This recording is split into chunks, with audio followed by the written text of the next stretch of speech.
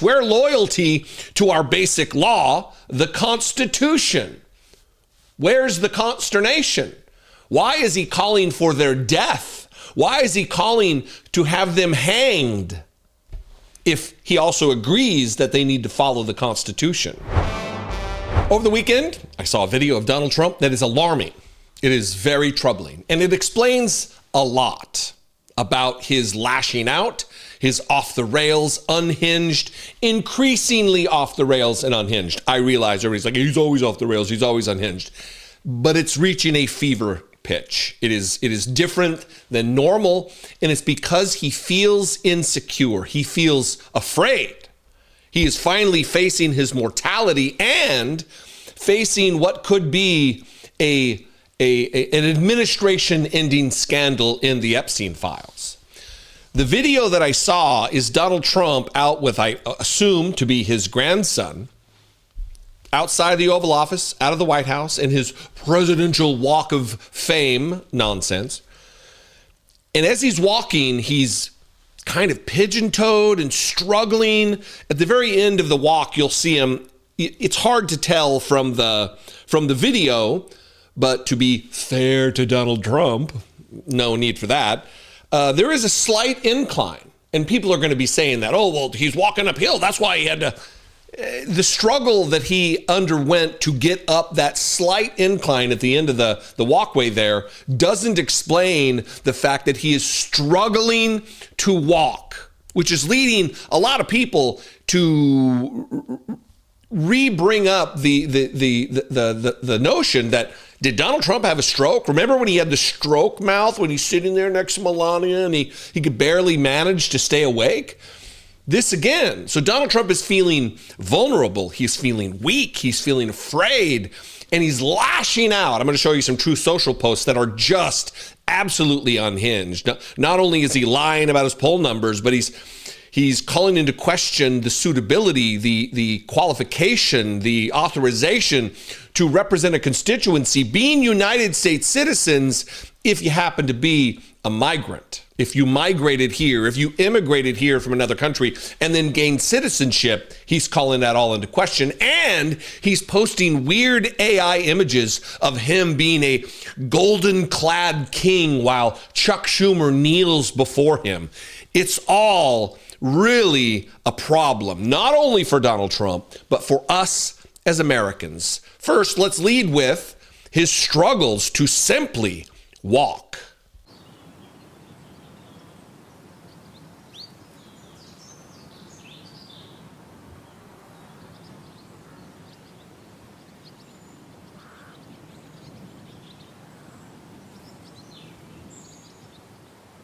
We are owed transparency about our president's health, without a doubt. But let's start with Donald Trump's unhinged Truth Social nonsense. And let's start with the golden-clad, gold-armored king, a massive human being in his armor, sitting in his throne with his very Nazi resembling eagle above him, with his crown that looks to be Chuck Schumer. I guess that's maybe Elizabeth Warren and Adam Schiff are kneeling before him. And then the thing that he shared on Truth Social is, none shall escape his justice. Not the justice that provided by the Constitution, the rule of law, equal protection under the law is outlined in the 14th Amendment of the Constitution. No, not that. His justice.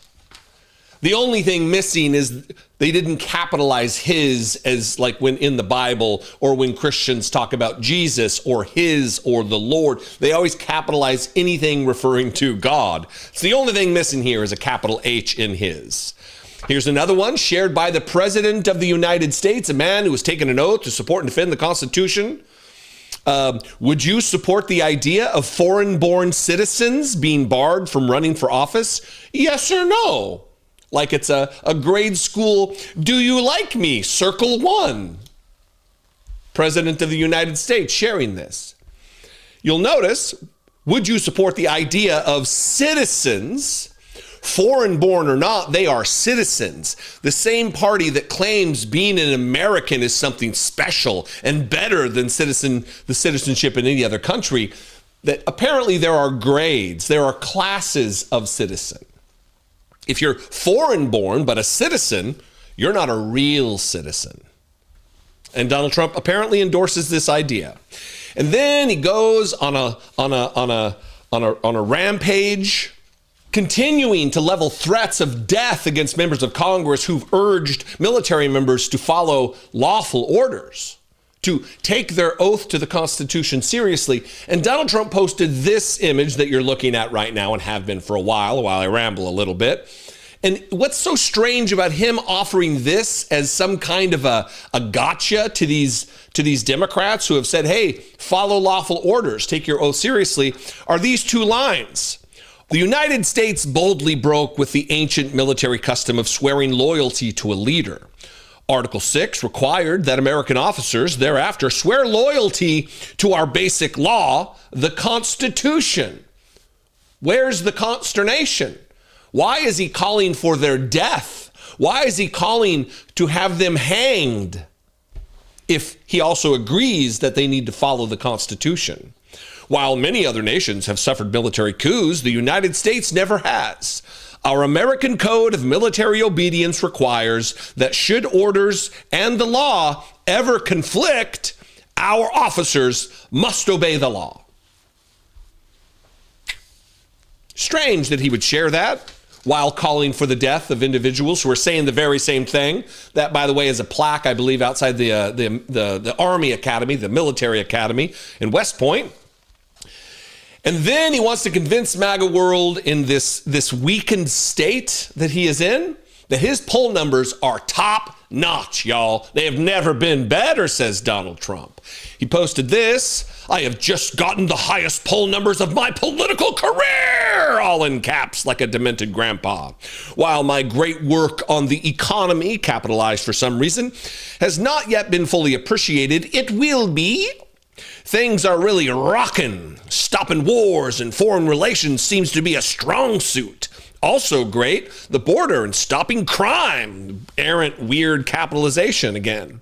I predict that the economy, with the already highest stock market ever and prices coming down sharply, down from the Biden disaster, will soon be at the top of the list. Make America great again. Well, that is lies. This is from The Economist, not some liberal rag. 308 days into Donald Trump's term, the president's net approval rating is negative 16 points, up 0.6 points this last week. 40% approve, 57% disapprove, 4% not sure. There's always that 4%, right? So look at this chart. This chart here that shows November 17th, this is the date that the poll was. And they're comparing it against when Obama was at the same point in his first term, plus 6 points. Biden, negative 7 in his term. Remember, COVID, all the other things, people were unhappy. And then Donald Trump's first and second terms at this very same point, he tied himself, negative 16 points. People are unhappy. Donald Trump realizes that. He's weakened by the fact that he is physically unable to do the job. He's physically unable to walk like a normal person. He's certainly physically unable to do the job. He can't walk up a slight incline. He is in decline, cognitively, medically, policy. Everything about Donald Trump is failing the nation. After all of the promises during the campaign, he's failing, and he knows it. And he's afraid because he's a weak and feckless coward.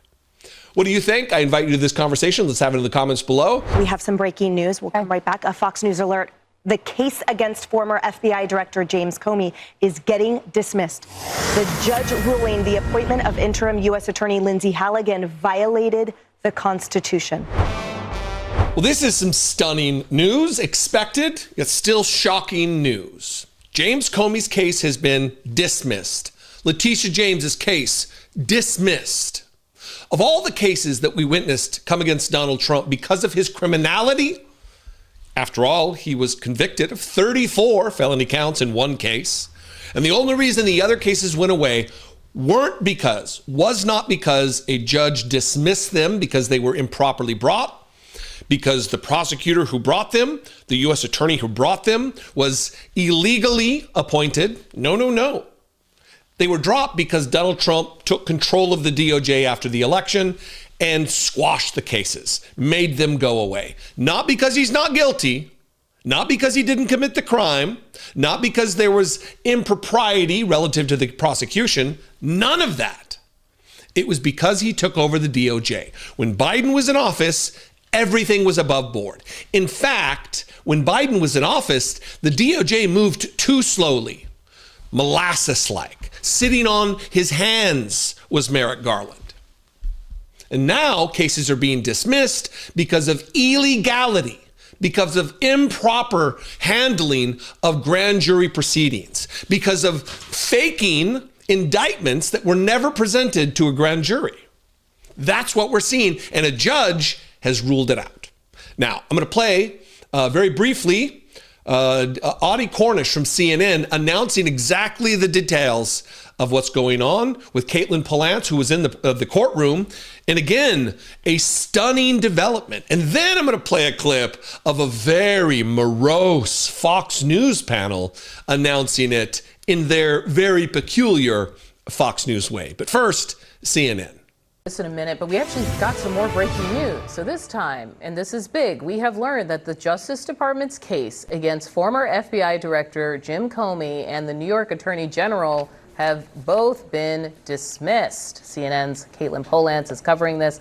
Caitlin, okay, what happened here? I don't know which case you want to take first. Well, they both are being dismissed, and for essentially the same reason that Lindsay Halligan, the Eastern District of Virginia interim U.S. attorney sent there by Donald Trump, not Senate confirmed, that she doesn't have the power. What the judge here has found, this is Judge Cameron Curry from South Carolina. She came into the district, heard arguments from both of the lawyers on these cases against Lindsay Halligan's role. They argued that she didn't have the power because she wasn't Senate confirmed, and thus these indictments are invalid. The judge is agreeing with that. Judge Curry is saying that the Attorney General's attempt to install Ms. Halligan as interim U.S. attorney for the Eastern District of Virginia was invalid, and because Ms. Halligan had no lawful authority to present the indictment, James Comey's motion is granted, the indictment is dismissed. Now, the judge does mention that this is without prejudice. So in legal speak, that means that it could be brought back by another prosecutor in the Eastern District of Virginia if they took it through the grand jury again. But everything Lindsay Halligan did at the end of September, beginning of October, and since then, this judge is saying she couldn't have done that. She didn't have the authority. She was not confirmed by Congress, by the U.S. Senate as the Eastern District of Virginia's U.S. attorney. And thus, the president went out of his bounds, and the Attorney General, Pam Bondi, also overstepped her bounds in sending Lindsay Halligan into this district to get these indictments against both Comey and James. All of that should be some kind of an announcement to MAGA world that things are not well in the Donald Trump administration. What he charged Biden with, which was the weaponization of the Department of Justice, the weaponization of government, the deep state out to get Donald Trump, all of that's bullshit. And now that he's complained about it and law and order is back, we're back, baby. We're going to do things above board. We're going to follow the law. We're not going to ignore the courts. That's not true. As decided here by a judge, that his U.S. attorney, his hand-picked, illegally appointed U.S. attorney, was acting improperly, illegally in the execution of her duties as the U.S. attorney for the Eastern District of Virginia. That he's weaponizing the government, using the width and breadth and power of the Department of Justice to go against his political rivals, James Comey, Letitia James, and there are others. There are others. Now, what's great about this is watching the meltdown that is currently taking place over at Fox News.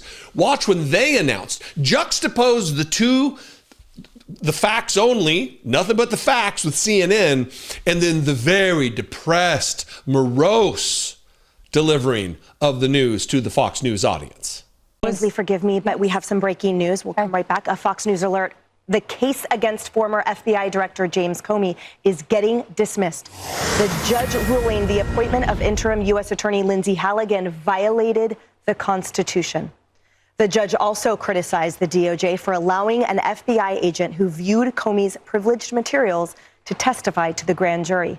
Now, the judge also tossed the case against Letitia James. Do you think, and I really want to know, do you think that there is some awakening taking place with the economy based on all of the promises of Donald Trump? Even though he's over on True Social constantly posting memes and images of promises made, promises kept, while he lies repeatedly over and over and over at a breakneck pace about the health of the economy, about what the tariffs have brought, about who pays the tariffs, about his health conditions, about his mental state. Everything is a lie from Donald Trump. The fact that he's working in service to the country and has nothing to do with his business, while his net worth is increasing orders of magnitude just since he took office. Is MAGA waking up? That's the question. I will pose that to you. This is good news for a man I have no love for, James Comey. I believe we're in this situation because of James Comey. Had he acted honorably and not brought to light new allegations that ended up not being new allegations, scaring people about Hillary Clinton, who I also no giant fan of, this is good news. James Comey did not deserve prosecution. He did nothing wrong relative to this crime. Letitia James, she's just being persecuted by Donald Trump because she sought justice against him for the citizens of New York. Again, what do you think? You can comment below. You can also call the voicemail line, 714-576-4054. Of course, as always, when you got good news, you can email me, daily@dollemore.com. I love and appreciate you very much. Please consider supporting this work, this independent media channel. If you have others out there that do more for you, that bring you more value than me, support them. Everybody needs a rising tide lifts all boats, or whatever the saying is, and your $2 a month or whatever it is to become a member or support somebody on Patreon elsewhere could really be a difference in their work and their production. That would be great. But if it is me, that would be great too. You can click the join button below, become a channel member here on YouTube, or go over to patreon.com/IDoubtIt podcast. So this is breaking news as well. Mark Kelly looks to be singled out by the Secretary of Defense, Pete Hegseth, and Donald Trump for stripping his rank and prosecution under the Uniform Code of Military Justice. They might be bringing him back to active duty to persecute him. And for what, you may ask? For insisting, even as Donald Trump posts on True Social, that you can refuse illegal orders. Donald Trump has been nonstop posting about this, acting as though denying an unlawful order from the President of the United States is akin to sedition or treason, punishable by hanging to death. That's what's been happening. Donald Trump not only posted this, he's been posting things like this. It's a plaque outside the military academy, West Point. And in the plaque, it says that our American Code of Military Obedience requires that should orders and the law ever conflict, our officers must obey the law. Now, Donald Trump can't be brought back to active duty to be court-martialed or punished because Donald Trump dodged the draft on multiple occasions. He's a weakling, a feckless coward. So there's no way to bring him back to active duty. But that apparently is what Pete Hegseth, the skinny-legged douche, wants to do to Mark Kelly, captain, former astronaut, former Navy fighter pilot. This is what they posted on Twitter. Official statement. The Department of War has received serious allegations of misconduct against Captain Mark Kelly, United States Navy retired. In accordance with the Uniform Code of Military Justice, 10 U.S.C. Section 688 and other applicable regulations, a thorough review of these allegations has been initiated to determine further actions, which may include recall to active duty for court-martial proceedings or administrative measures. This matter will be handled in compliance with military law, ensuring due process and impartiality. Who believes that? Who believes that this will be in accordance with due process and impartiality? Further official comments will be limited to preserve the integrity of the proceedings, despite your Twitter official statement on Twitter. This will be a kangaroo court if it happens. I have my doubts. The Department of War reminds all individuals that military retirees remain subject. Here comes the threat, by the way. This is a threat to any other service member who retired, who has a retirement pension after having served a lifetime of noble and honorable sacrifice to the United States of America. This is the thanks you get from fucking Pete Hegseth and Donald Trump. The Department of War reminds all individuals that military retirees remain subject to the Uniform Code of Military Justice for applicable offenses and federal laws such as 18 U.S. Code Section 2387 prohibit actions intended to interfere with loyalty, morale, or good order and discipline of the armed forces. How, in any way, do these particular military members reminding service members that they can defy illegal orders, only follow unlawful orders? How does that interfere with loyalty, morale, or good order and discipline of the United States military? Any violations will be addressed through appropriate legal channels. And then finally, all service members are reminded that they have a legal obligation under the UCMJ to obey lawful orders, and that orders are presumed to be lawful. A service member's personal philosophy does not justify or excuse the disobedience of an otherwise lawful order. You're correct. They're correct about that. Interesting that whoever wrote this official statement on Twitter from the Department of War is saying the exact same thing that Mark Kelly said in the video that now is bringing him in peril of legal action by the military. Remember what the video was that they're so up in arms about.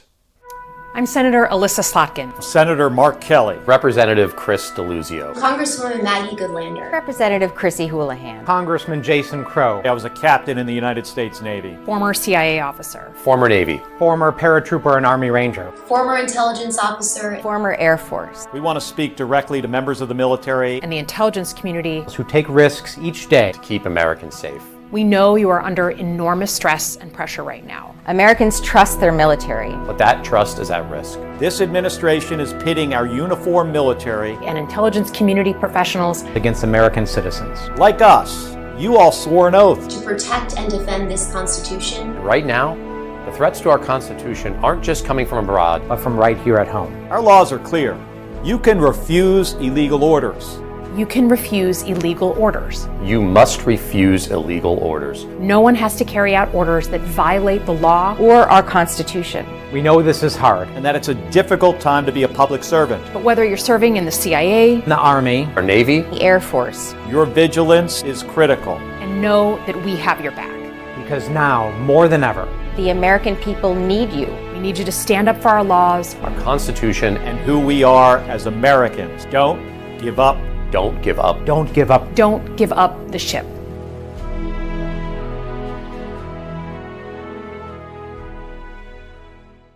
You see, the real problem here isn't that video. The real problem is that Mark Kelly is an opponent politically of Donald Trump, that he's unafraid, that he is unashamed to go on Face the Nation, for instance, this clip from this weekend, where he called it like it is about Donald Trump and the agenda of the administration and the running roughshod over the Constitution, the disregard and disrespect for the rule of law, the same items that brought them to make a video compelling people to remind them about their oath to the Constitution and their oath to follow lawful orders. Watch him on Face the Nation. the president tries to intimidate them. He tries to intimidate Congress. He looks at government accountability as a nuisance. And I think it's really important for people to understand, Margaret, that the message he sent a couple days ago was he declared that loyalty to the Constitution is now punishable by death. Those are serious words. Coming from the President of the United States, he's trying to intimidate us. But, Margaret, I'm not going to be intimidated. You just heard Jason Crow. He's not going to be intimidated either. We both served our country. We swore an oath. All we said is we reiterated what basically is the rule of law, that members of the military cannot follow illegal orders. So as this is developing, we will follow it absolutely. Listen, as a former United States Marine who spent many years on active duty, this is repellent. It is disgusting. It is disgraceful. It is not honorable. And if anybody should be brought up on charges under the Uniform Code of Military Justice, it's Pete fucking Hegseth, a little whimpering coward, a simpering sycophant, bootlicking lapdog for Donald Trump. What do you think? I would love your opinion out there. You can comment below this video wherever you're watching it. If you speak out against the fraud, waste, and abuse that is being perpetrated against the United States taxpayer, the wild, lavish use of not a personal protection detail, but a whole SWAT team to protect his girlfriend. Remember when the whole thing in this second term was to root out fraud, waste, and abuse? That the government, these fat cats in the deep state have been living high off the hog, utilizing taxpayer dollars to get rich and treat themselves like royalty.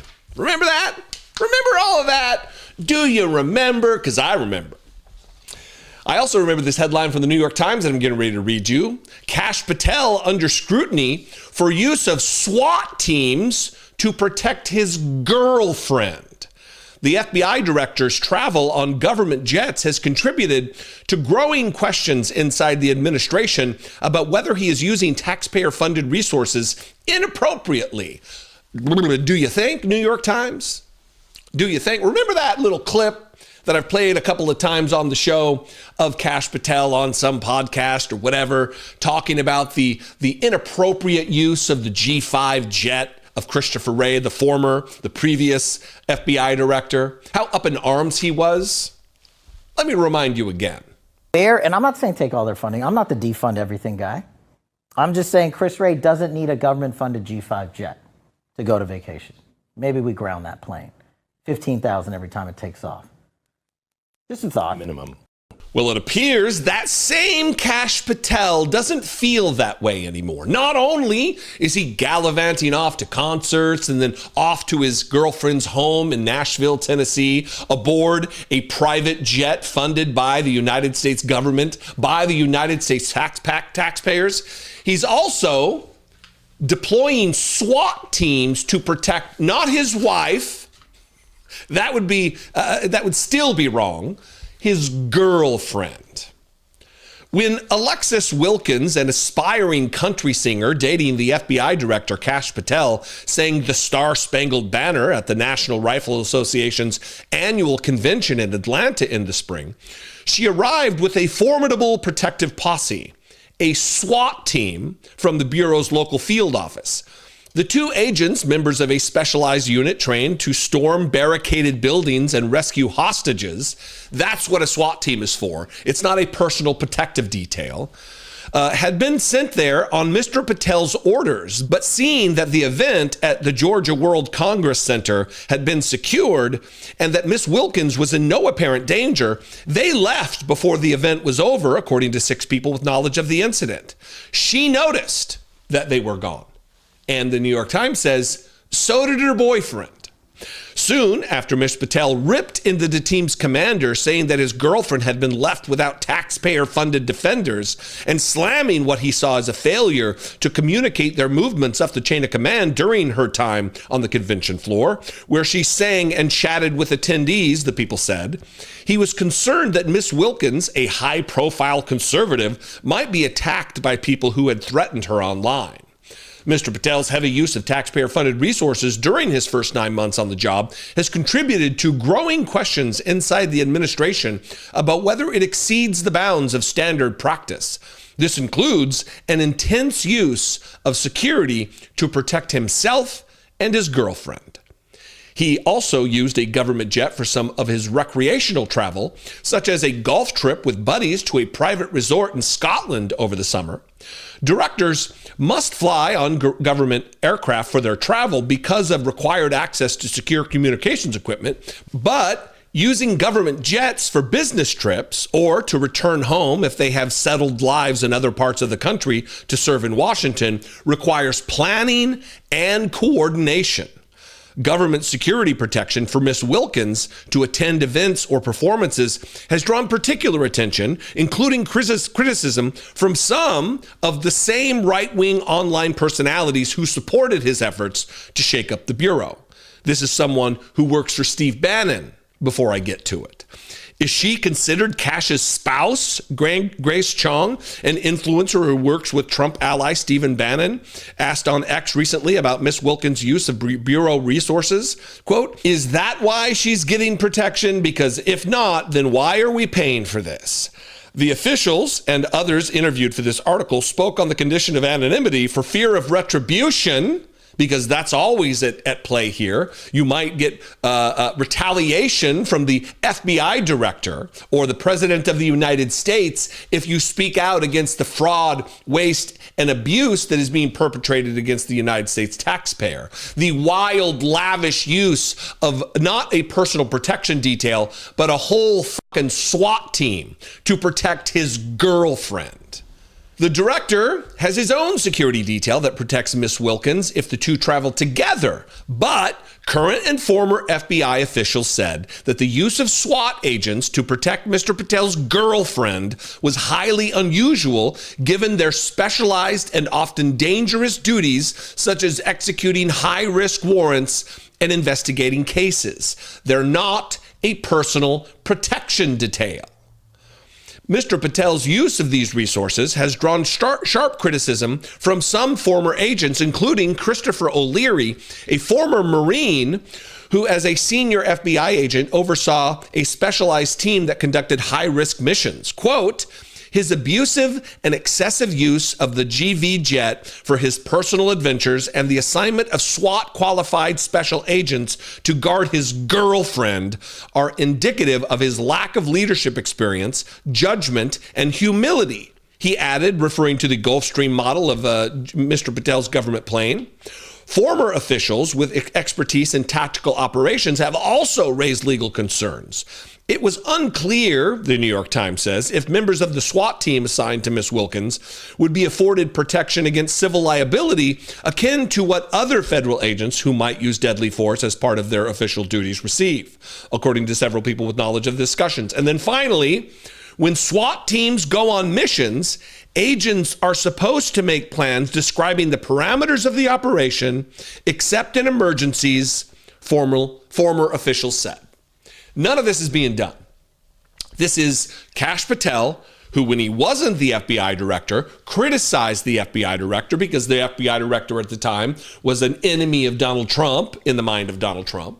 And now that he's the FBI director, he's lavishly using taxpayer-funded jets, flying to Scotland for golf tournaments, flying to concerts at Penn State, and then after that, absconding off to Nashville, where his girlfriend lives, protecting the girlfriend, non-wife, with a SWAT team. The hypocrisy is palpable and tasty, is it not? What do you think? I invite you to this discussion. We can have it in the comments below the video. So with that, let's hand out some checks, should we? Now, I will say, this is a document that verifies that it will be direct deposited into your accounts, okay? All right, so I will call your names. With this administration, everything is a performance. Everything is performative. Everything is a lie. They want you to seem like they are strong and tough. They want you to seem like they are They want you to think that that they are patriotic and loving the country and not white supremacists at all. And then everything that they do just flies in the face of that. After the government shutdown, there's many cabinet members who are out there right now promising bonuses and here's some checks and we're going to take care of the people who really did the work. And they're not doing that. They're handpicking a few people out of the thousands that were forced to work without pay and giving them bonuses. And in the case of Kristi Noem, she flew out, I think it was to Las Vegas, and handed out checks. And now we're learning that the checks she handed out were fake. Fake checks, fake patriotism, fake strength, fake non-racists. Watch like 30 seconds of this from Kristi Noem, and then we'll get into this article. So I want to thank you all for your service. Thank you for continuing to be examples that we can point to our kids and our grandkids of who they would like to grow up to be and the kind of people that they would be, and recognizing the important work that you do. So with that, let's hand out some checks. Should we? Now, I will say, this is a document that verifies that it will be direct deposited into your accounts, okay? All right, so I will call your names. Mikola? Did I say it correctly? And those checks weren't real. Check out this headline from the Daily Beast. Ice Barbie makes big show of handing out fake bonus checks. Kristi Noem was in Las Vegas to hand out bonuses to TSA employees and announce a $1 billion investment in security checkpoint enhancements. Homeland Security Secretary Kristi Noem spent Saturday in Las Vegas, where she held a press conference featuring several TSA agents employed at the Harry Reid International Airport, and made a show of handing out bonus checks that she admitted were not actually checks. It was for the cameras. After announcing the $10,000 bonuses, which, like the bonuses given to air traffic controllers who worked without pay during the government shutdown, were only offered to certain employees, Noem said. Let's hand out some checks, should we? This is very akin to the thing Donald Trump did during the campaign, that Elon Musk did during the campaign, acting like they were going to be giving money out to people and then didn't. Only a few. Because it's for the cameras. Because what people remember is the handing out of the checks, the $10,000 bonus checks, that especially in a moment like this, in a Trump economy that is so withering on the vine, it could be very useful. It's not to all of them. Not every TSA employee got one. And then the ones that they did get were fake. Apparently, at some later date, they're going to have it direct deposited, but the check was just a farce, just a performance. She quickly clarified, this is a document that verifies it will be direct deposited into your accounts, okay? Before handing out the documents to the 29 TSA employees gathered behind her. Quote, we know it is our responsibility to not only keep travelers safe, but also to make sure that we're getting them to their locations safely and in a manner that is pleasant and enjoyable, and an enjoyable experience for them and their families, Noem said. Secretary of Transportation Sean Duffy announced similar $10,000 bonuses for air traffic controllers on Thursday in a social media post. Quote, Santa's coming to town a little early, Duffy wrote. Quote, President Trump wanted to give air traffic controllers and technicians bonuses for showing up to work every day during the government shutdown, and today is the day. He added that 776 patriotic men and women would be receiving the bonuses. Union officials who spoke to Axios were concerned by the fact that the employees receiving the bonuses represented just 7% of the workforce, meaning that thousands of employees who consistently reported for duty during the shutdown were excluded. Again, it's a performance. They can cut some checks to 776. Does that mean it's like 1777? Why that number? Again, it's a performance. It's performative patriotism. It's masturbatory for the audience to, oh yeah, they're patriots. They're really taking care of the American worker. No, they're not. And then finally here, government workers, like those employed by TSA, were expected to work without pay during the recent government shutdown, the longest in United States history, and brought to you by the Republican Party. You see, DOJ was just an exercise in performance that they're now shuttering. All of the bluster and all of the breaking into federal buildings and locking people out and commandeering lists of social security numbers and voter and taxpayer data, all of that was to enrich rich people. It was so Donald Trump and some of these other ghouls will have access to your personal financial data. And they can do with that through, I mean, look, how many times have you seen ads on YouTube about data farming, about data mining, about your information being profitable to companies like Facebook and others? Well, if it's profitable to Mark Zuckerberg, do you not think it's profitable to Elon Musk? What could he do with that information? Anyway, the point is that this administration is dedicated to the prospect of enriching themselves, to enriching the billionaire class, which, by the way, the cabinet is almost entirely made up of. Wildly rich individuals. If they're not multi-millionaires, orders of magnitude richer than any of us, they're billionaires. Elon Musk was almost among them. Linda McMahon, Howard Lutnick, Scott Bessent, all of these people are worth hundreds of millions, if not billions of dollars. They don't care about the $10,000 bonuses to just a handful for the messaging. What they want to do is enrich themselves. I'm kind of off the track here, but you get what I'm saying. Anyway, I would love to know what you think. Let's have a conversation about this. You can do it in the comments on Facebook. Make sure you're liking and following Dollemore Daily on Facebook, and make sure you're subscribed here on YouTube. I would appreciate it very much. You know the best way to bring your inflation rate down? Move from a blue state to a red state. Blue state inflation is 0.5% higher. When an administration messages, it's easy to do so if you're not lying, because everybody's on the same page, because everybody's telling the truth. We saw that with Biden. We certainly saw that with the Obama administration. And it's never been that way with Donald Trump. Everything is a performance, like I just talked about. Everything is for the cameras. Everything is to put forward a narrative that is just not in step with reality. And that's what we're seeing right now. Donald Trump is guaranteeing us the economy is on the right track.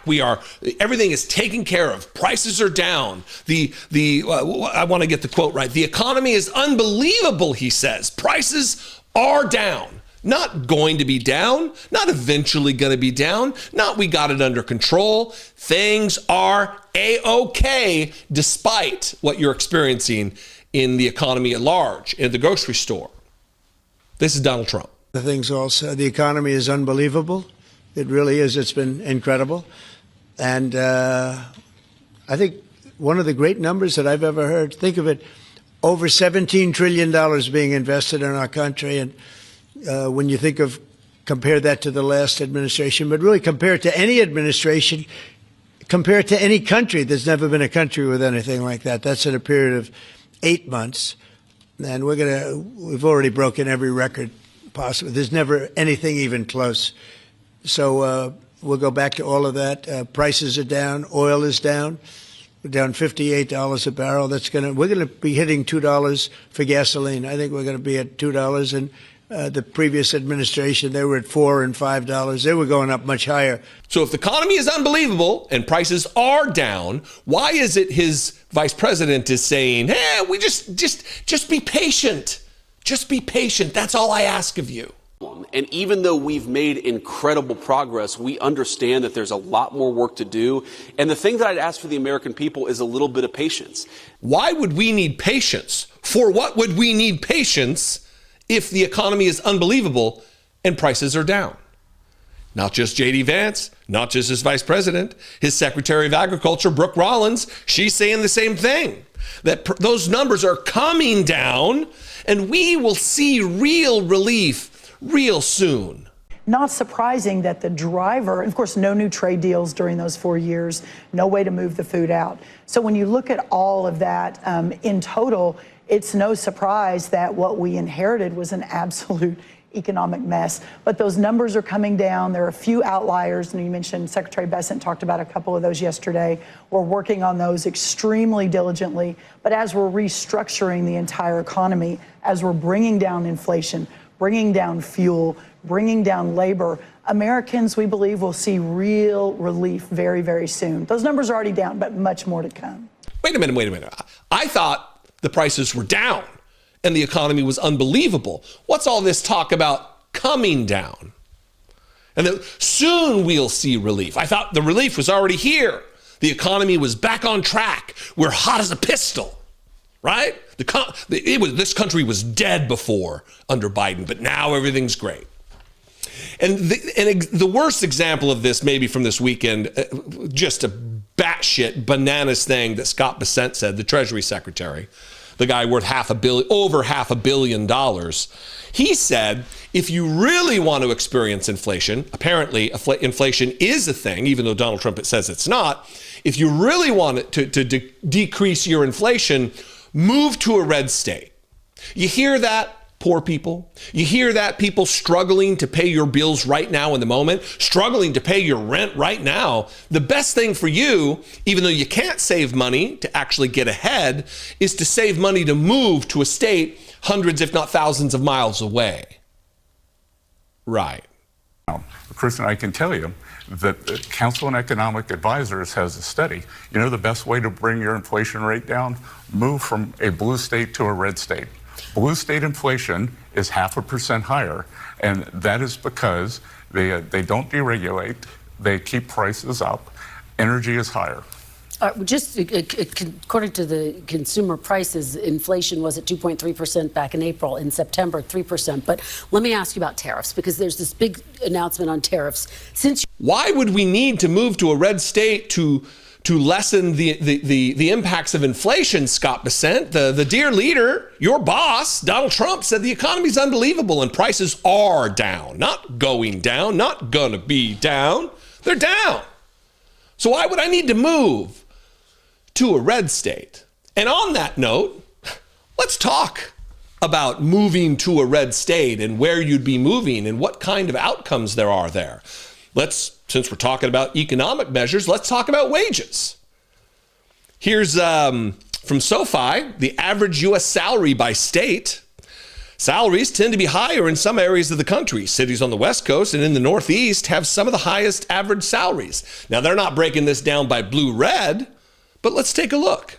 The top salaries in the United States of America: Massachusetts, blue state; New York, blue state; Washington, blue state; California, New Jersey, Connecticut, Maryland, blue states.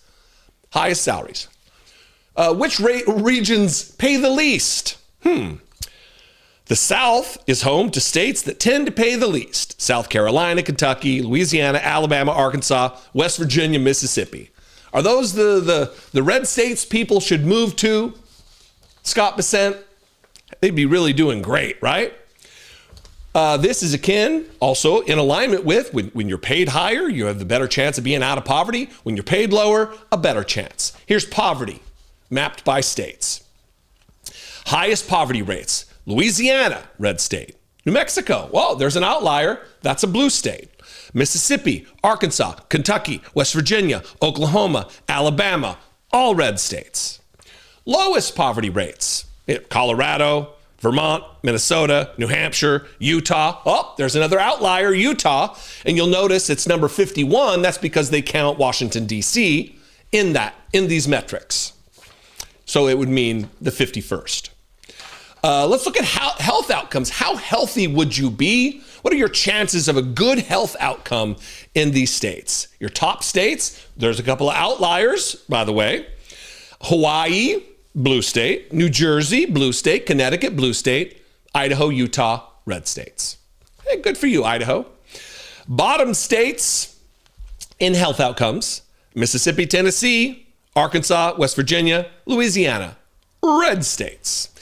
And then since we're talking about health, let's look at life expectancy, and then we'll end it here.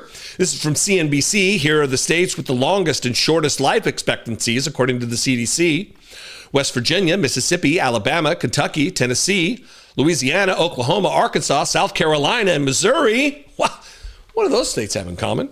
All ranked in the bottom 10 states for life expectancy, respectively, the CDC found.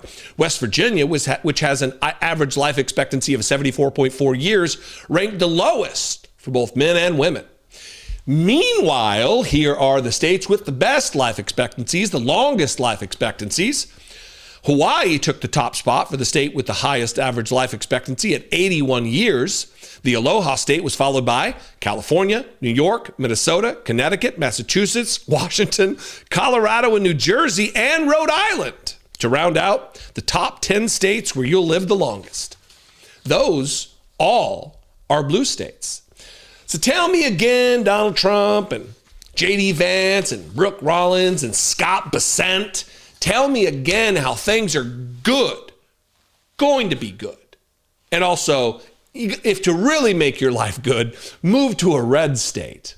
Look, having grown up in a red state, almost exclusively actually, I lived in 5 states by the time I was 9 years old. Idaho, Washington, Arizona, Arkansas, Missouri I lived in. I went to elementary school in Missouri, by the way, the Ozarks. Norwood Elementary School. All red states. All shitty outcomes for money, for retirement, for the economy, for health, just terrible. So tell me again how the Republican governance and their policies are making people's lives better. They're ultimately making people's lives shorter. So what do you think? I invite you to this conversation. I think it's an important one. We can do it in the comments below the video, wherever you're watching it. Marjorie, who has been an instigator of a lot of this hate that we see as it relates to the MAGA movement, I don't know if she really fully understood how bad she was making it for other people. I talked over the weekend about the surprise announcement that Marjorie Taylor Greene was rage quitting the Republican Party. She can't handle a little pushback from Donald Trump for more than a few hours before running with her tails between her legs, quitting midterm. What is it with Republicans? Sarah Palin did the same thing. She ran off to have a reality TV show. I pray to God that is not what is taking place with Marjorie Taylor Greene. What a nightmare of a television program that would be. But she is doing the same thing, quitting midterm. She's not waiting until after the midterm. She's not announcing I'm not going to run for office again and then doing her duty, the duty she swore an oath that she would continue to do. I guess you don't take an oath to, I swear I will continue to fulfill my duties in my full term. They don't do that. But certainly when you elect a politician to an office, you expect that they're going to serve the term, right? Well, she went just a day or 2, maybe 3, just long enough to get her pension, which when she turns, I think, 62, maybe 57, so just a few years away, she will have, I think, $85,000 a year guaranteed, and there are health benefits and other retirement benefits that come to congressmen, people in Congress who serve just 5 years. Just 5 years, and she's going to be getting, I think the number is like $85,000 or $86,000, $87,000 a year. I think that's what it is. No matter what it is, maybe it's less than that now that I'm thinking about it. But no matter what the number is, she's doing it to financially benefit herself. She's not just leaving because she's already worth like $30 million. I talked about this last weekend. Go find that video. But there are many members of Congress who are colleagues of hers who are sounding off, being asked questions about this. People who have been targets of Marjorie Taylor Greene, racist attacks from Marjorie Taylor Greene, Jasmine Crockett being one of them.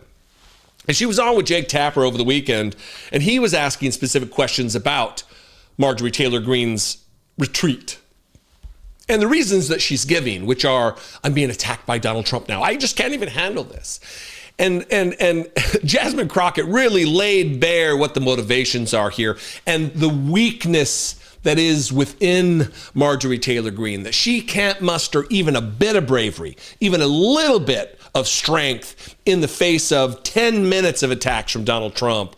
Unlike people like Jasmine Crockett, who is constantly under attack, under threat from Donald Trump. He's maligning her looks and her IQ and everything, all of the other racist tropes that you hear from white supremacists like Donald Trump, who attack specifically, often, black women. Here is Jasmine Crockett answering a pretty poignant question from someone I don't have a lot of respect from, or for, Jake Tapper. Shocking announcement from Congresswoman Green. What went through your mind when you first heard she was going to resign on January 5th? You know what? Honestly, I was like, you've got to be kidding me. You're on the other side of the president for 1 week and you can't take the heat. Imagine what it is to sit in my shoes, to not only be on the opposite side of him, but to have people like her who are constantly fanning the flames of hate. And imagine what those threats look like when you literally are someone like me. But at the end of the day, I know that I serve the people of Texas 30. And so my job isn't to be there and necessarily do whatever is going to make the president not be on my back, but instead is to focus on making sure that I can push forward with policies that are positive for Texas 30. I mean, that's something I should have said.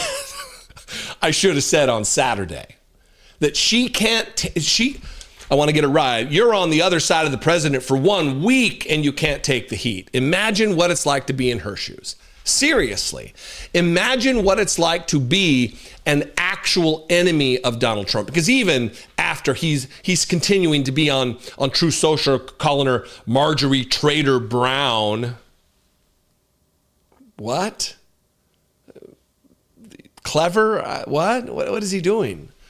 While doing interviews and saying, she's a really nice person. I like her. We just have different philosophies. This is a woman who has brought division to our nation. She has been a fomenter of talking points about a new civil war for America, a national divorce. She is a racist and a conspiracy theorist and a vile anti-Semite. She is everything you've heard about her. Says that Q from the QAnon conspiracy, well, we know he's a patriot. She's psychotic. She is unintelligent. She is not qualified or capable to be a representative. The problem is, who are we going to get to replace her? Is it going to be that Colton Moore dipshit from Georgia who's in the state legislature? Is that who they're going to pick? I don't have much hope for her district. I don't. Jake Tapper continued the questioning of Jasmine Crockett on this matter about her leaving. And it got a little spicier. It got a little bit more accurate. Here's Jasmine Crockett telling the truth again.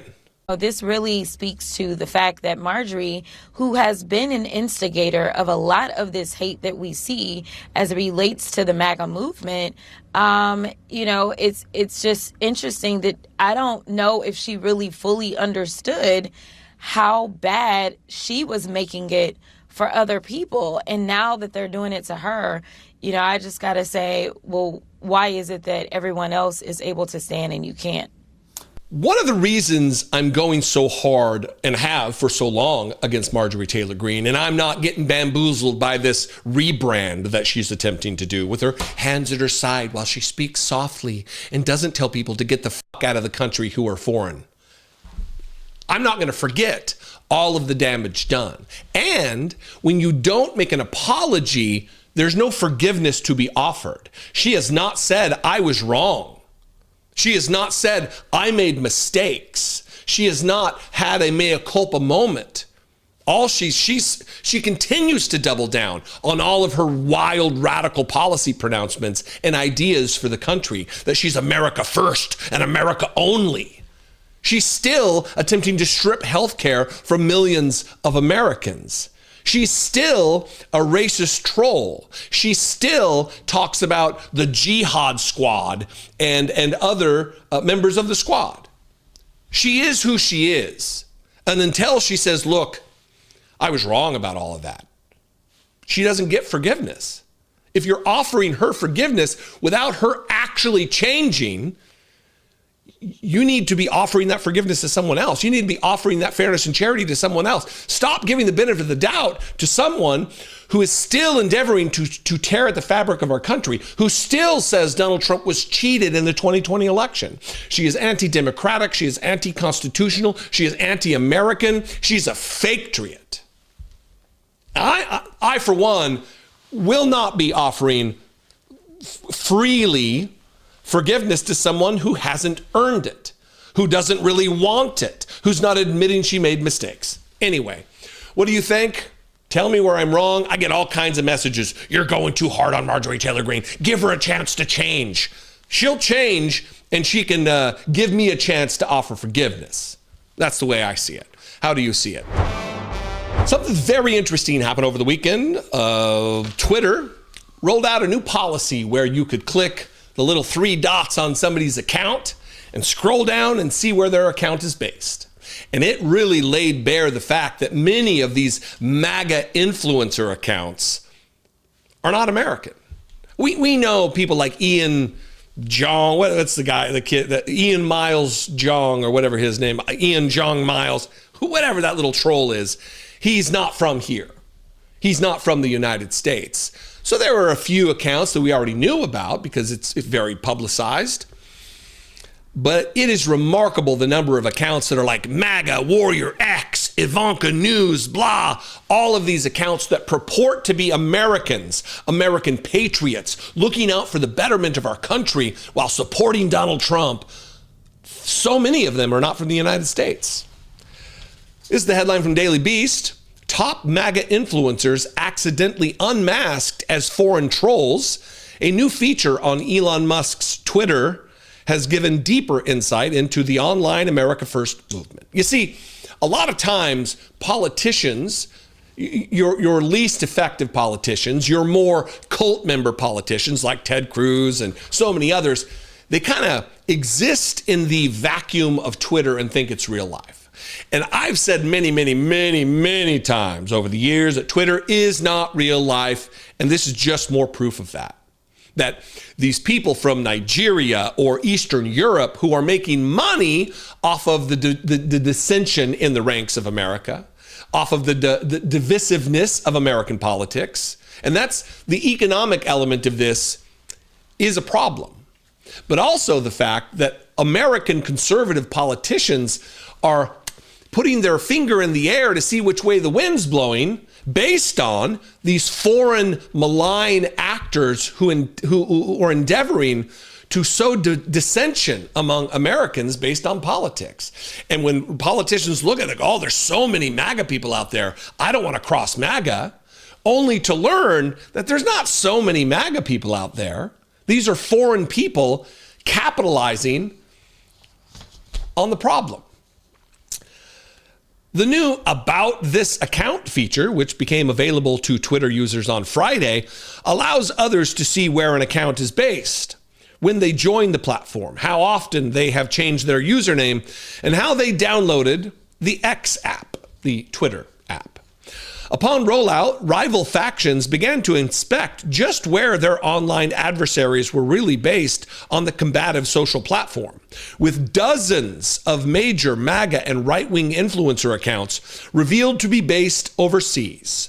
Dozens of major accounts masquerading as quote-unquote America First or MAGA proponents have been identified as originating in places like Russia, India, Nigeria. In one example, the account MAGA Nation, we'll throw up some images here while I'm continuing to read the article. In one example, again, the account MAGA Nation X, with nearly 400,000 followers and a bio reading Patriot Voice for We the People, is actually based in Eastern Europe. How interesting. Eastern Europe, where could that be? That's not where MAGA patriots are. That's where Russia and the former Soviet nations are. Here's another one. An Ivanka Trump fan account, Ivanka News, has 1 million followers, has 1 million followers, this account. and frequently posts about the dangers of Islam, the threat of illegal immigration, and support for Trump. That account is based in Nigeria. Apparently, Republicans and Republican politicians are just champing at the bit to be the next scammed individual from a Nigerian prince who just so happens to have millions of dollars in an offshore account, and he just needs your help to get him it, and he'll give you a finder's fee. Users on Twitter reported the tool being taken down just hours after it went live, with some speculating that the uncovering of the origins of far-right accounts may have had something to do with its removal. However, it appears to have been reinstated at the time of this writing. And it appears to be reinstated right now, too. I just went back and looked through. And all this tells me is that MAGA is fake. Donald Trump is fake. The agenda is fake. The support is fake. The poll numbers are fake. For as much as they talk about fake news and fake headlines, they're fake. It's projection. It's another element of projection. The thing that they are guilty of, they blame the other side of. There's not this million army strong MAGA movement. People go on Twitter and think, oh, I guess I'm going to be part of the crowd. Anyway, we'll just leave that one there. We'll leave this one short for you. Let's contemplate. You can comment below. Let me know what you think. I'm not on Twitter anymore. I go there to get screenshots and I go there to download some videos sometimes, but I'm not active on Twitter. My @Dollemore account is just so my username doesn't get stolen, but I've deleted all my tweets. I don't follow anybody. I don't use Twitter. I don't use it for messaging. I don't take part in Nazis' social media platforms. Yes, I'm still on Facebook.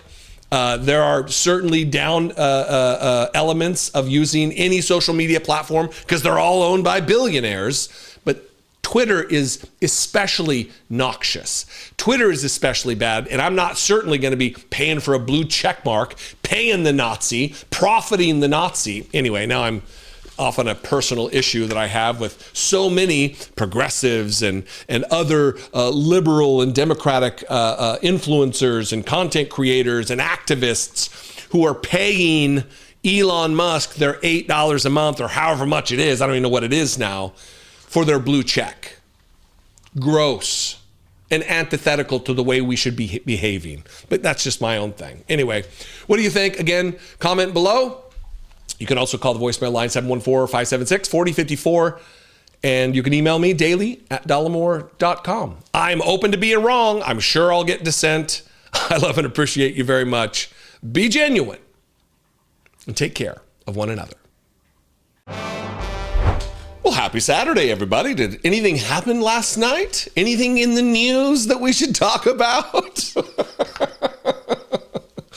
Between the two major stories of Marjorie Taylor Greene resigning from Congress on January 5th, 2026, or the evil, reckless, jihadist communist having a little visit in the White House, let's start with that. Zohran Mamdani, mayor-elect of New York City, had a meeting with Donald Trump in the White House yesterday in the Oval Office. The same guy that Donald Trump for months and months and months has been maligning and attacking as a danger to the country at large, but also specifically the city of New York, had Zohran Mamdani in the White House and looked upon him like a glory to behold. Look at this smiling goober, admiring, Zohran better make sure he's got his fly zipped up there. I think I posted that yesterday on Blue Sky because Donald Trump is looking ravenous at Zohran Mamdani.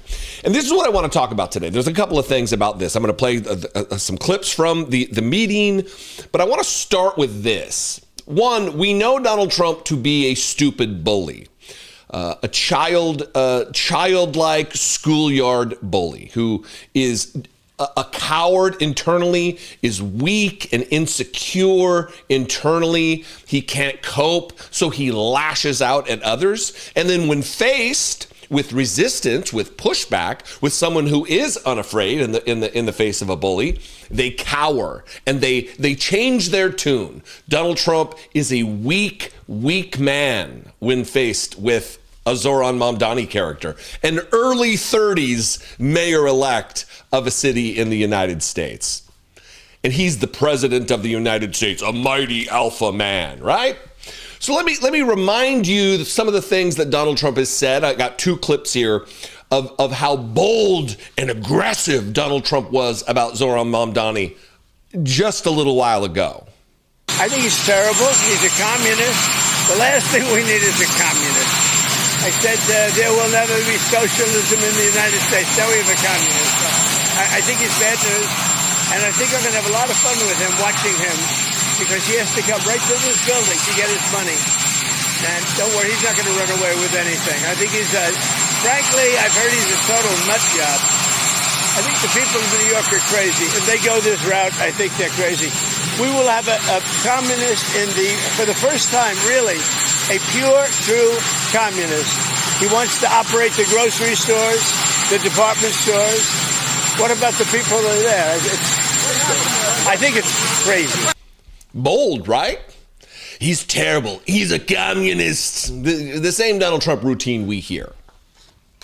And then the election happened, and he doubled down on this rhetoric. Not in front of Zohran Mamdani, but in a crowd of friendlies. Donald Trump made these same types of remarks behind the podium of the Great Seal of the President of the United States. Watch this. If you want to see what congressional Democrats wish to do to America, just look at the result of yesterday's election in New York, where their party installed a communist as the mayor of the largest city in the nation.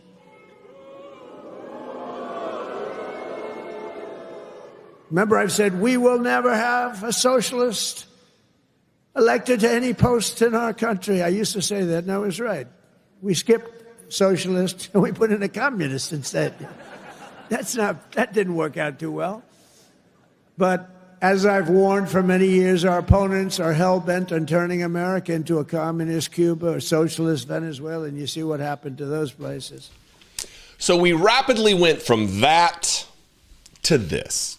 We rapidly went from that to, it's a great honor meeting Zohran Mamdani, the new mayor of New York City, replete with all of these photos of Donald Trump being beside himself with glee and joy at hosting the person that he has previously said would destroy the city of New York and by extension the country.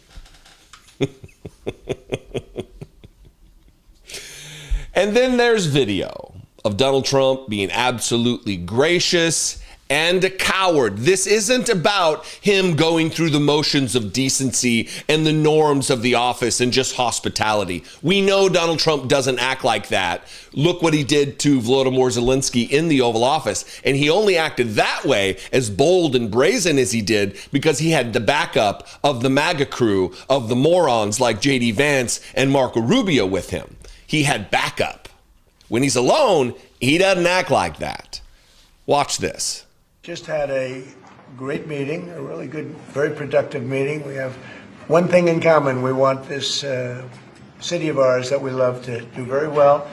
And I wanted to congratulate the mayor. He really ran an incredible race against, a lot of smart people, starting with the early primaries against some very tough people, very smart people. And he beat them easily. And I congratulated him. Nothing but praise. And look, the stark differences between the rhetoric of Donald Trump then versus now is obvious. But you might ask yourself, did Zohran Mamdani do the same thing? Was he as gracious and quiet about some of the things he said about Donald Trump? First, let's start with Donald Trump. He was asked about different comments from Republicans about whether or not Zohran Mamdani, a Muslim, is a jihadist. It's amazing to me the stark juxtaposition between the things they want people to believe. They want us to believe he's a jihadist, an Islamist, a terrorist, but also he's completely in support of equality for all, LGBTQ rights, protecting trans kids, protecting trans people in general. But he's also a hateful jihadist, which is a conservative ideology. It doesn't work that way. But here's Donald Trump answering the question about whether or not his guest in the Oval Office is a jihadist. Keeping in mind, Donald Trump has actually had jihadists in the Oval Office recently. Please. Mr. President, Republican Elise Stefanik has campaigned multiple times by calling Zohran Mamdani a jihadist. Do you think you're standing next to a jihadist right now in the Oval Office? No, I don't, but she's out there campaigning, and, you know, you say things sometimes in a campaign. Isn't that sort of She's a very capable person, Isn't but that a kind of label? you really have to ask her about that. But I don't particularly. I think I met with I met with a man who's a very rational person. I met with a man who really wants to see New York be great again, and I can say again, because New York was great. You say things sometimes on the campaign. Do you think MAGA will wake up someday and be like, oh, he's just saying this shit. He doesn't actually believe it. None of this is actually deeply held political convictions or ideologies. He doesn't have a North Star. There's no ethos fundamentally that drives Donald Trump other than making money and enriching himself and gaining power politically. That's it. Now, back to the juxtapositions, back to the hypocrisy, back to the cowardice of Donald Trump versus, the non-cowardice of Zohran Mamdani. He was asked, you've called him a fascist in the past, and he is trying to do the political thing, but eventually Trump's like, no, you can say it, it's fine, because yeah, ultimately admitting, agreeing, yes, Donald Trump is a fascist. I want to ask the mayor-elect about a House resolution just passed overwhelmingly to condemn socialism, including with 86 Democrats, all of House Dem leadership, and the minority leader, Hakeem Jeffries, despite his endorsement of you. What's your reaction to that? I have to be honest with you, I focused very little on resolutions. Frankly, I've been focusing... Condemn socialism. I understand. I think the focus is on the work at hand. I can tell you I am someone who is a democratic socialist. I've been very open about that. And I know there might be differences about ideology, but the place of agreement is the work that needs to be done to make New York City affordable. That's what I look forward to. And I want to clarify your answer to Stephen Nelson. Mm-hmm. He asked about your comment calling the president a fascist, and your answer was, both President Trump and I have been clear about our positions and our views. Mm-hmm. Are you affirming that you think President Trump is a fascist? I've spoken about... That's okay. You can just say yes. Okay. Yeah. It's easier. It's easier than explaining it. I don't mind. Yeah.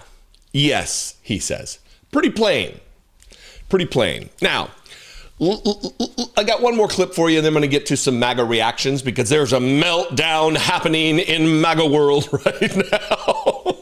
To coin a Donald Trump phrase, the likes of which you've never seen before. It is remarkable how Donald Trump does not have a political barometer. He can't read the room. I don't know if it's his advanced age and the cognitive decline that we're all witnessing. I don't know what it is, but he is not reading the room right now, brother. I'll tell you that. One last clip, and this is them asking, the press asking, would you, Donald Trump, be comfortable living in New York, a resident of New York, a property owner in New York, a rich person in New York, living under a Mamdani administration in the mayor's office? Donald Trump apparently does not think that he's a dangerous communist who's going to destroy the city, because he said, yeah, I'd be very comfortable with that. New York City home. Would you feel comfortable living in New York City under a Mamdani administration? Yeah, I would. I really would. Especially after the meeting. Absolutely. What makes you comfortable? We agree on a lot more than I would have thought.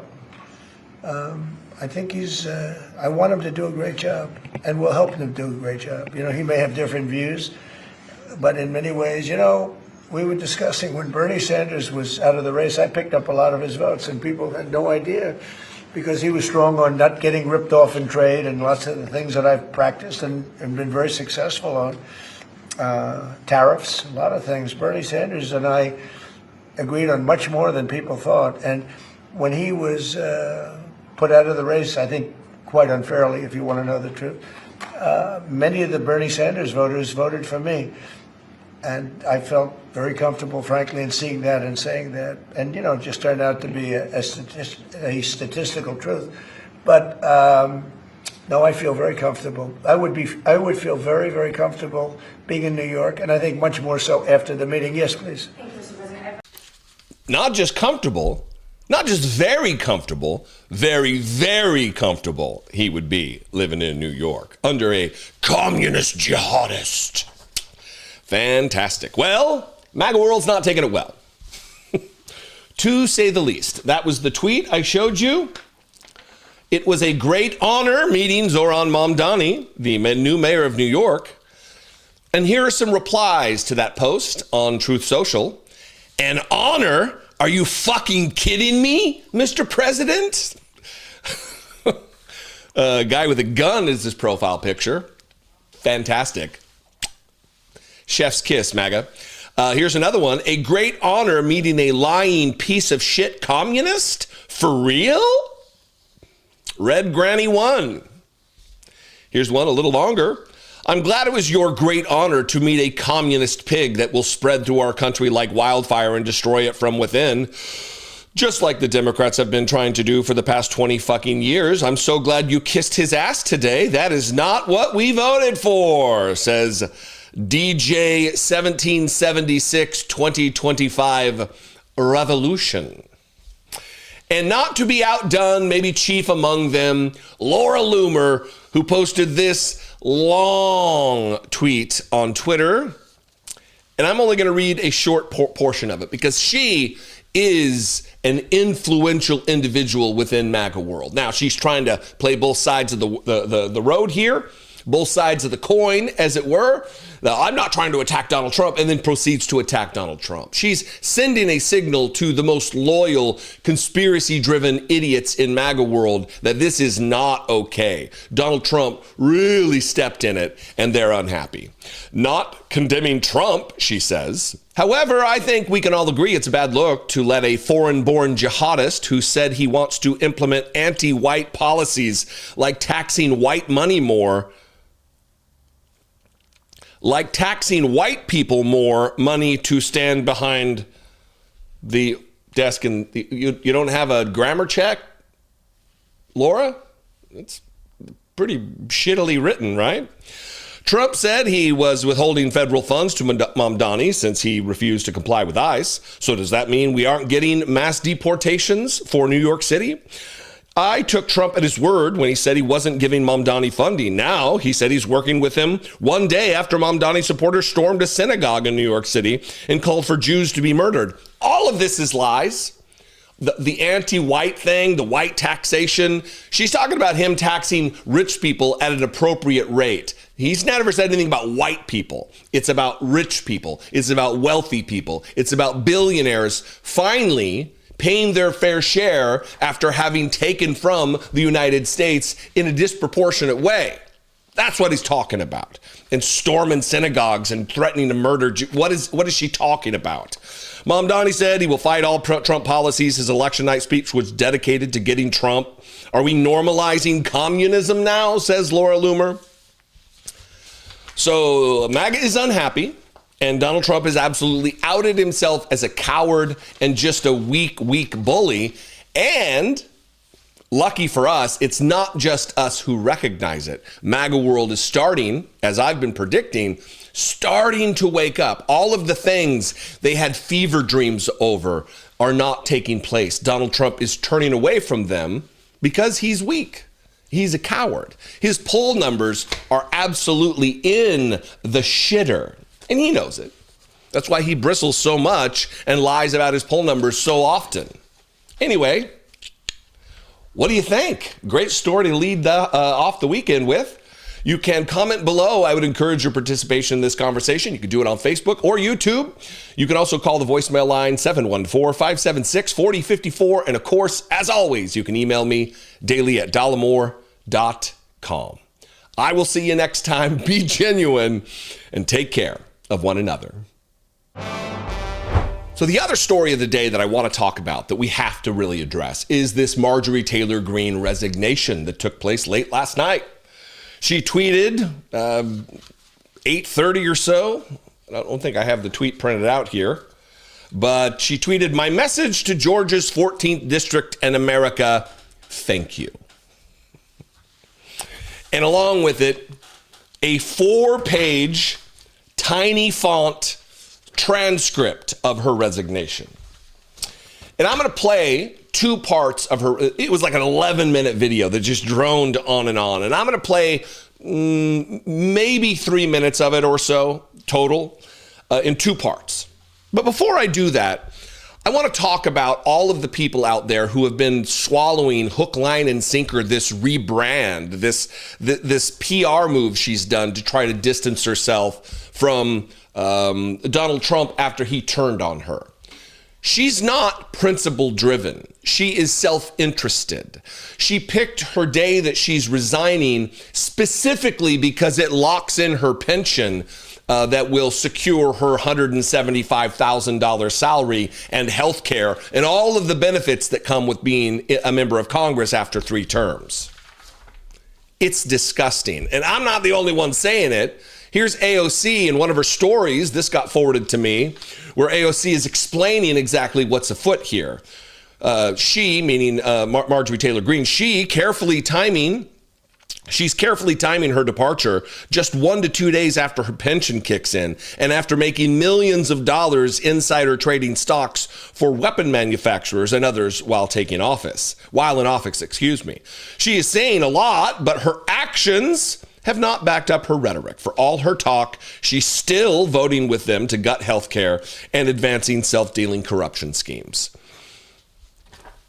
Marjorie Taylor Greene has profited mightily from being a member of the United States Congress. Just how much might shock you.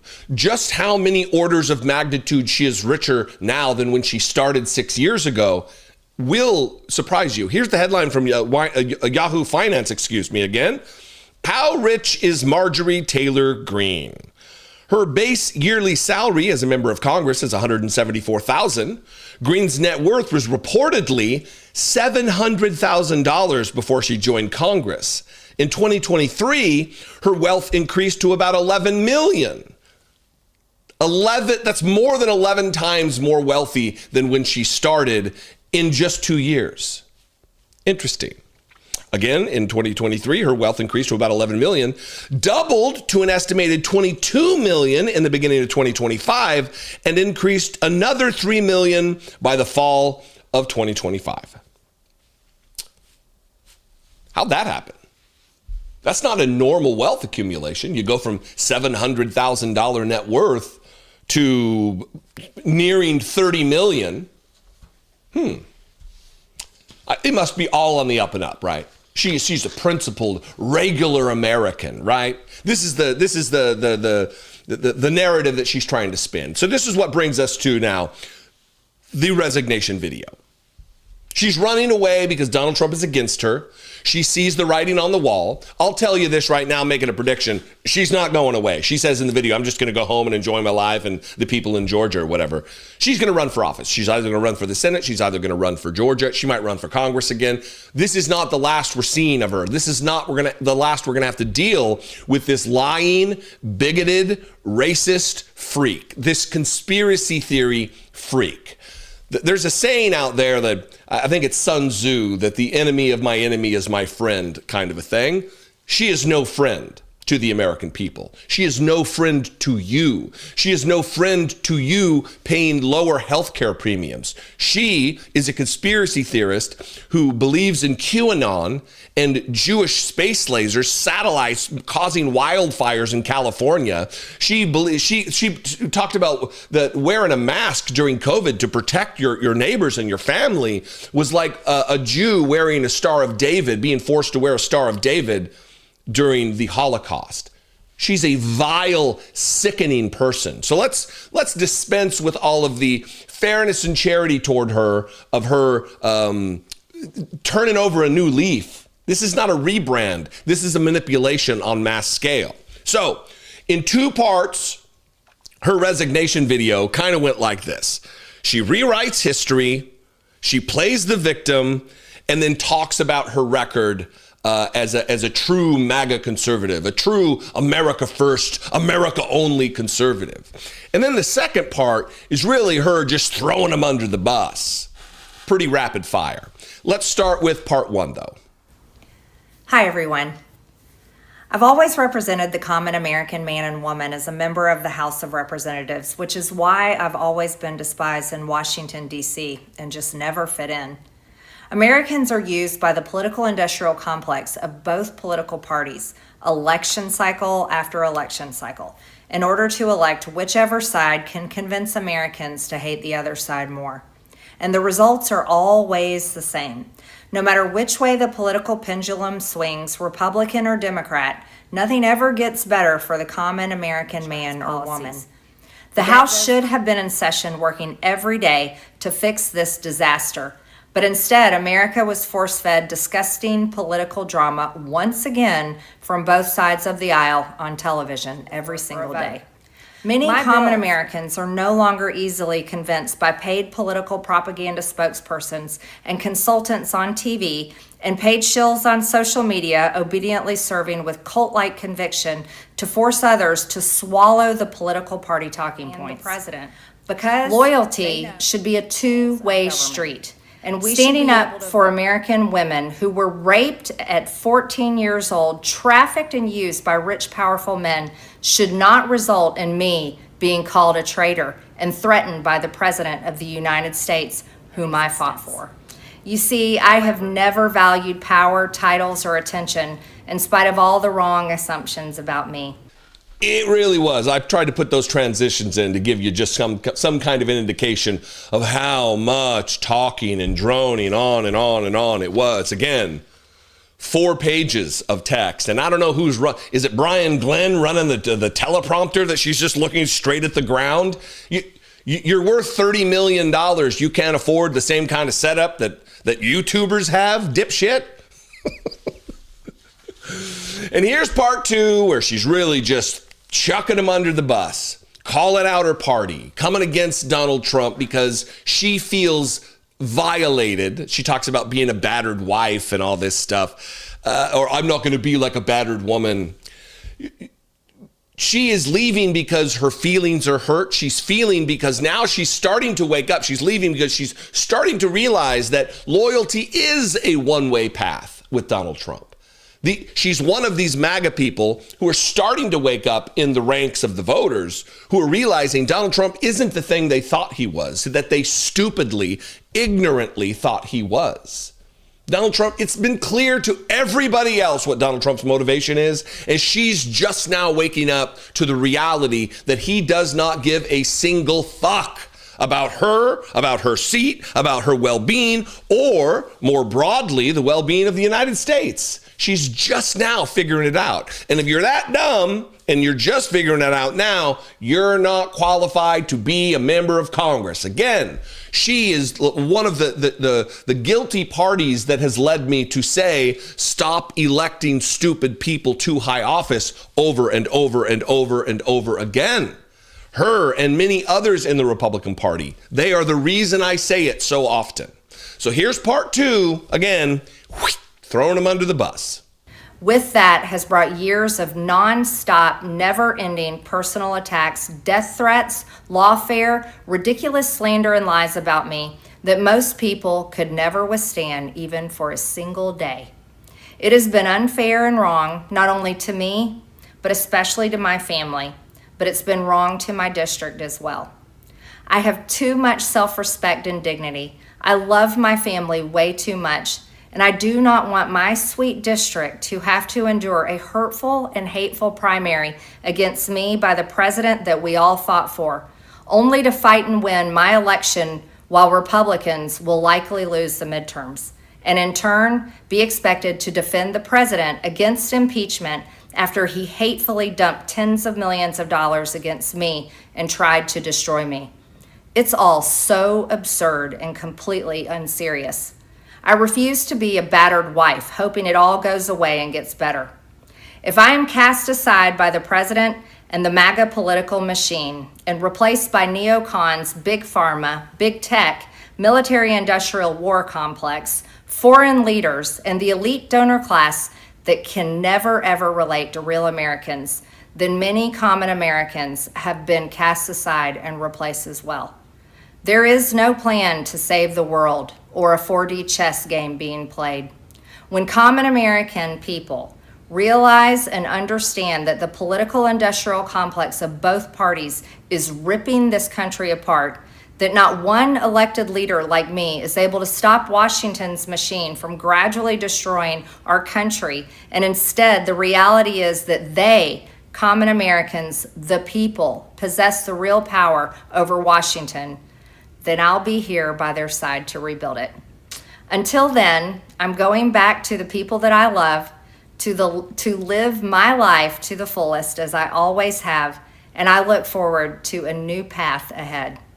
I'll be resigning from office with my last day being January 5th, 2026, and I look forward to seeing many of you again sometime in the future.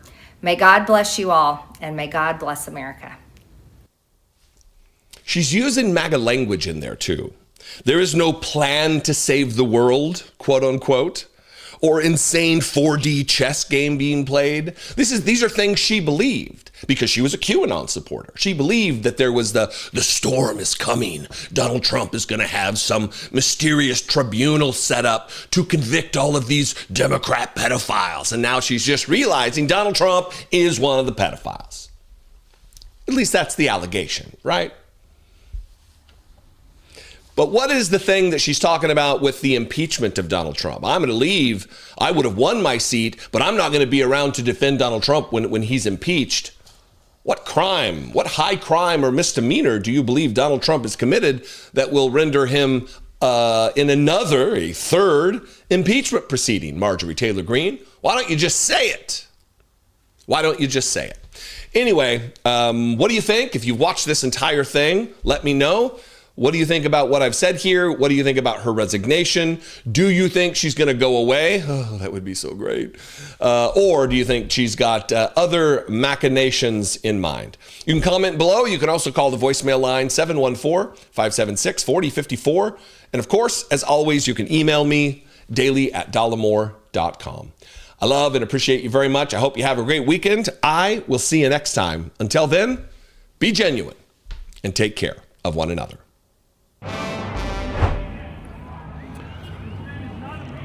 Just wanted to pop in. The speeches are still going. We are out here in front of Union Station. I've taken a bunch of footage. I've listened to some of the speeches. This is a veterans-specific rally protesting against Donald Trump and the fascism and the authoritarianism. There's been some great speeches. What I'm going to do, though, is feature one, and that was the introduction from a guy you've maybe seen online, on Instagram or TikTok. He's across platforms. I think he just started a YouTube channel. Jolly Good Ginger, the only content creator in this space that I've ever been mistaken for. And he gave some what I think are very poignant, very accurate remarks that I want to share with you. If there's time and if people are interested, I might run around and talk to some people. But this is important. If you're a veteran, I think this will resonate with you. And even if you're not a veteran, it should absolutely resonate with you. So here is the introduction to what is taking place behind me and Jolly Good Ginger. I'm gonna give you guys some military history. If you just noticed, after we posted the colors, I inverted the American flag. For those of you who don't know, flags have long been a method of communication in the military. According to United States Title Code, an upside-down flag should only be flown in cases of extreme danger to life or property. If a military base reversed their flag and you were to see that, you would know that they are probably under siege. I reversed this flag here today because our country is in distress. We have a fascist in the White House. He has a Republican Congress who does his bidding, a Supreme Court who kisses his ass, and he rules the executive branch he rules by executive order rather than legislation. That's authoritarianism. So today we've gathered veterans from around the country to call for the impeachment, conviction, and removal of that fascist.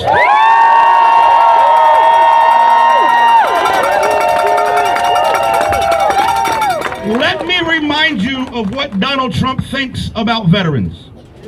He said that only suckers and losers would do that. When awarding the Presidential Medal of Freedom to his friend, who just happened to be a millionaire donor, he said it was better than the Medal of Honor because people who got that were in bad shape. At one of his rallies, when a Vietnam veteran handed him a Purple Heart that he had earned, Donald Trump said he's always wanted one of those, but this was a better way to get it. Under his first presidency and his second, we've seen a steady decrease in VA benefits. It's cheaper to let a veteran die than to take care of them. He's responsible for the largest firing of veterans in American history in his recent DOJ layoffs.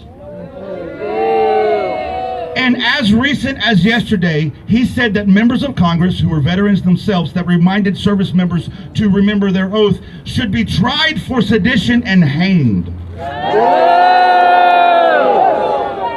Make no never mind about it. That traitor hates us. And he hates us because we possess values he could never understand. Values like honor. Values like personal courage. Values like respect. And values like loyalty.